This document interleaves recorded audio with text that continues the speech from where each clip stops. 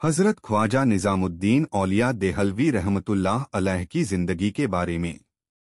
आज का बयान हजरत ख्वाजा निजामुद्दीन औलिया देहलवी रहमतुल्लाह अलैह की हालाते जिंदगी के बारे में है। हजरत ख्वाजा निजामुद्दीन औलिया और बाबा फरीदुद्दीन गंज शकर रहमतुल्लाह ताला अलैह की मुलाकात। निजामुद्दीन कहाँ तशरीफ ले जा रहे हो, तो आपने जवाब दिया कि काजी उल कुद्जात बनकर मसंद संभालने जा रहा हूँ। तो उस फकीर साहब ने फरमाया कि काजी मत बनो, कुछ और बन जाओ। तो आपने पूछा कि कहाँ जाऊं, तो उस फकीर ने कहा कि पाकपतन शरीफ जाओ। नाजरीन, उसके बाद हजरत फरीदुद्दीन मिल्लत, जिन्हें दुनिया बाबा फरीदुद्दीन गंज शकर रहमतुल्लाह ताला अलैह के नाम से जानती है, आप जब फरीदुद्दीन गंज शकर की खिदमत में पहुंचे तो फरीदुद्दीन गंज शकर रहमतुल्लाह ताला अलैह ने आपको देखकर आपका इस्तकबाल किया। हजरत ख्वाजा निजामुद्दीन औलिया और बाबा फरीदुद्दीन गंज शकर रहमतुल्लाह ताला अलैह थोड़ी देर तक आपकी बातें होती रही। उसके बाद हजरत ख्वाजा निजामुद्दीन रहमतुल्लाह ताला अलैह ने बाबा फरीदुद्दीन गंज शकर रहमतुल्लाह ताला अलैह के दस्ते मुबारक पर बैत की और उनके हल्क़ इरादत में शामिल हो गए।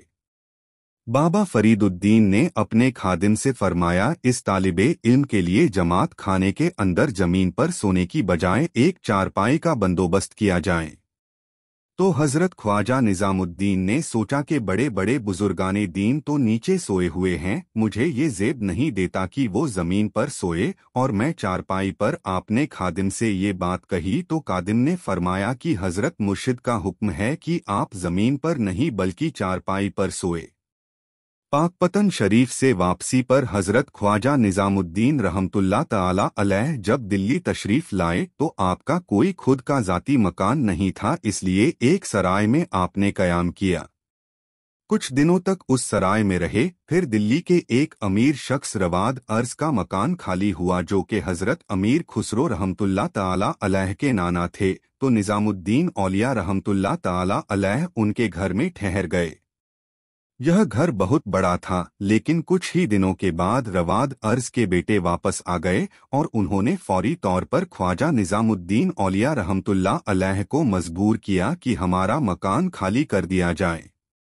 उसके बाद हजरत निजामुद्दीन औलिया रहमतुल्लाह ताला अलैह के पास जो किताबें थी उन्हें उठाकर घर से बाहर निकले और सोचते रहे कि कहाँ तशरीफ ले जाएं। फिर सामने एक मस्जिद थी जिसे छप्पर वाली मस्जिद कहा जाता है, वहां पर आप तशरीफ लाएं।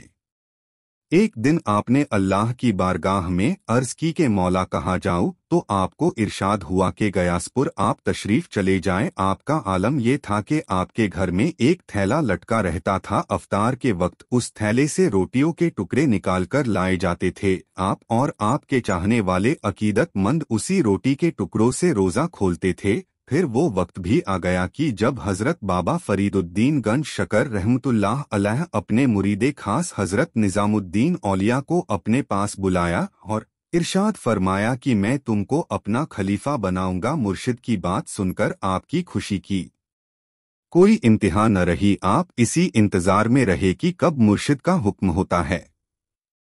एक दिन आपके पिरो मुर्शिद ने आपको बुलाया और इरशाद फरमाया कि निजामुद्दीन तुम्हें याद है, मैंने तुमसे कहा था। तो आपने फरमाया जी हुजूर याद है। फिर बाबा फरीदुद्दीन गंज शकर रहमतुल्लाह अलैह ने फरमाया कागज़ लाओ ताकि खिलाफत तहरीर कर दी जाए। उसके बाद कागज़ लाया गया और उस पर खिलाफत नामा तहरीर करके हजरत ख्वाजा निजामुद्दीन औलिया रहमतुल्लाह ताला अलैह के हवाले कर दिया गया। और इसके साथ यह भी इरशाद फरमाया कि निजामुद्दीन अल्लाह ताला तुम्हें नेक बनाए, तुम एक ऐसे दरख्त के जैसे बनोगे कि जिसके साए में अल्लाह की मखलूक राहत और फजीलत हासिल करेगी।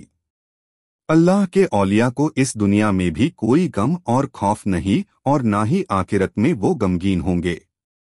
दोस्तों, ये थी हजरत ख्वाजा निजामुद्दीन औलिया रहमतुल्लाह अलैह की हालाते ज़िंदगी के बारे में कुछ वाक़यात जो कम अल्फाज में मैंने आपके सामने रखी। हालांकि मैं उस काबिल नहीं कि मैं उनके मर्तबे को बयान कर सकूं, फिर भी मुझे जितनी जानकारी मिली उस हिसाब से मैंने जो कुछ भी, अगर इसमें कोई गलती हुई हो तो अल्लाह रब्बुल इज़्ज़त माफ़ करे। और दुआ है अल्लाह रब्बुल इज़्ज़त हमें भी अपने औलिया के नक्शे कदम पर चलने की तौफीक अता फरमाए। आमीन।